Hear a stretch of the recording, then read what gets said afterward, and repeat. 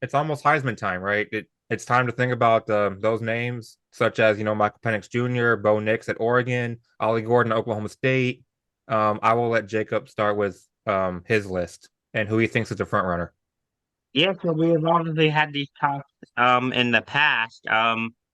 Let's do a week 10 one. Number one, I got Bo Nix. I think Bo Nix in that Oregon offense is unstoppable. I've talked about it before.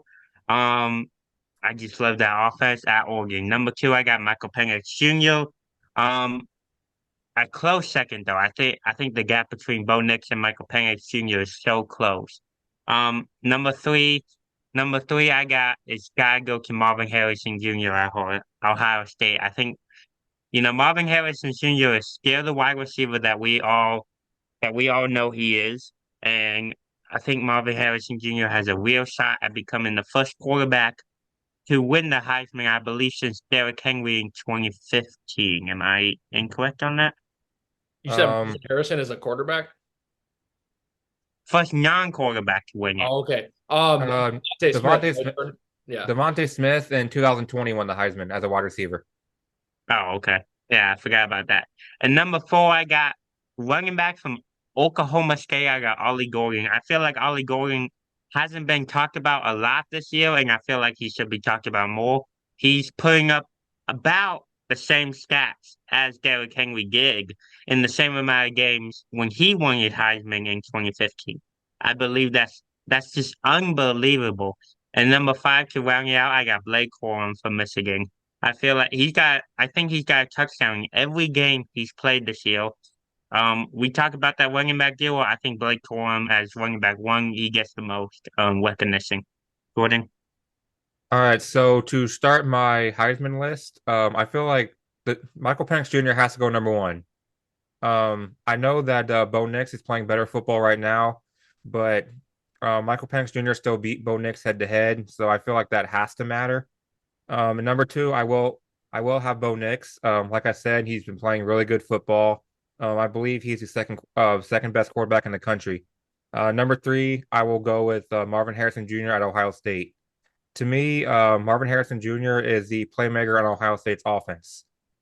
He if you watch Ohio State's offense, I'm not gonna say like I'm not insulting them or anything, but you watch it and it just feels like Marvin Harrison Jr. is the offense.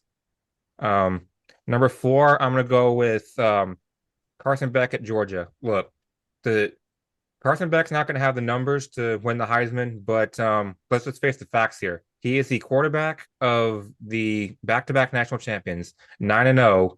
He has not done anything to put Georgia in danger of losing a game. That's got to be worth something. And then number five, I will go with Ollie Gordon from Oklahoma State.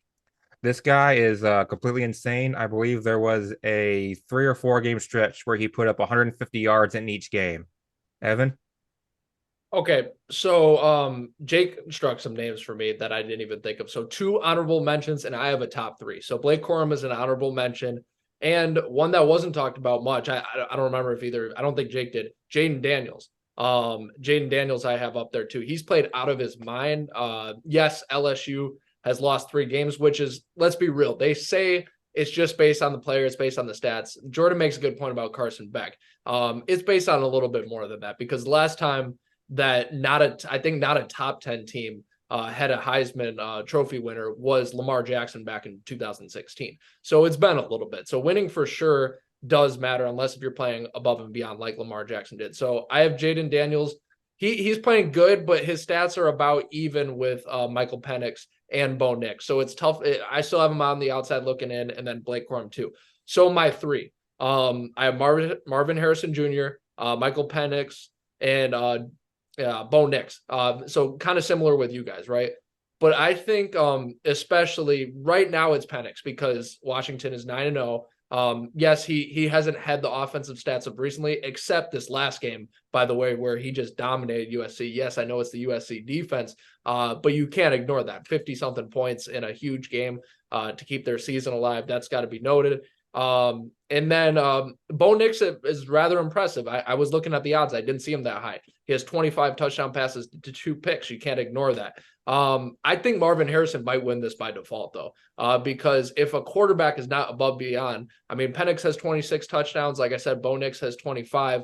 That's good. That's very good, but it's not above and beyond. We've seen 50, 40 touchdown pass seasons, and it's unlikely that they're going to get there. And Marvin Harrison's just having a crazy year. So it's still a competition for sure, but by default, I think Marvin Harrison Jr. might win.